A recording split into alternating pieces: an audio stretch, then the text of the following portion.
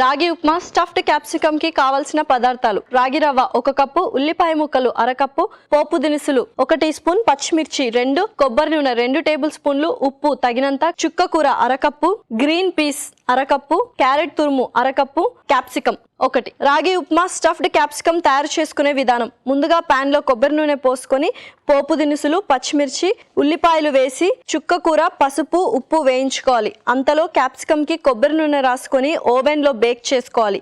Carrot తురుము, బఠానీ నీళ్లు పోసి మరగనివ్వాలి. తర్వాత రాగి రవ్వ వేసి కాసేపు ఉడికించాలి.